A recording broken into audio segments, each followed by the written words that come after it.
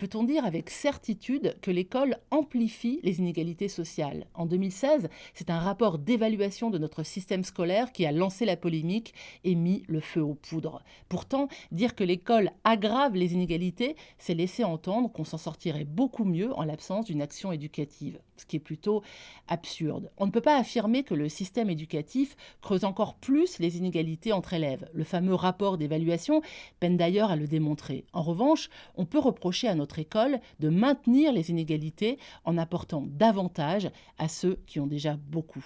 L'enquête PISA 2015, par exemple, classe la France parmi les cancres de la démocratisation scolaire. Elle montre que dans l'Hexagone, la relation entre les performances en sciences des élèves et leur milieu socio-économique est parmi les plus fortes des pays de l'OCDE. Un élève issu d'un milieu défavorisé a 4 fois plus de chances d'être en difficulté qu'un élève originaire d'un milieu aisé. Et parmi les élèves issus d'une deuxième génération d'immigrés, presque la moitié connaît des problèmes scolaires sévères. Le milieu social a un fort impact sur l'orientation. À note égale, un élève issu de milieux défavorisés a 2 fois moins de probabilité d'accéder à une seconde générale ou technologique qu'un élève issu d'un environnement favorisé. Face à cela, les moyens de l'éducation prioritaire sont insuffisants pour avoir de vrais effets sur la qualité de l'enseignement. Dans ces zones, les effectifs des classes primaires sont à peine inférieurs à ceux des autres écoles.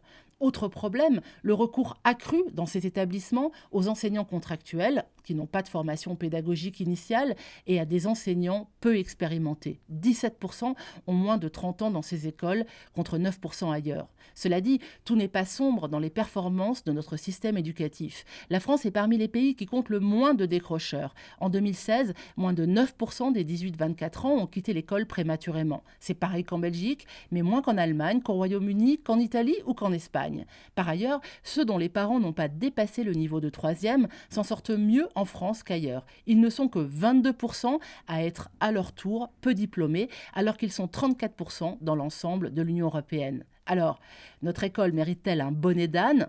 Peut-être pas, mais elle peut mieux faire. Pour réduire les inégalités, il existe plusieurs pistes. Améliorer la formation initiale et continue des enseignants, augmenter les moyens éducatifs dans les milieux défavorisés, imaginer des incitations pour y attirer du personnel éducatif qualifié, encourager la mixité sociale qui profite aux plus faibles sans causer de tort aux plus performants ou encore favoriser la préscolarisation. En l'état, l'école française, qui repose sur une pédagogie rigide, laisse une grande place à la compétition entre élèves. Elle reste calibrée pour la réussite des plus avantagés.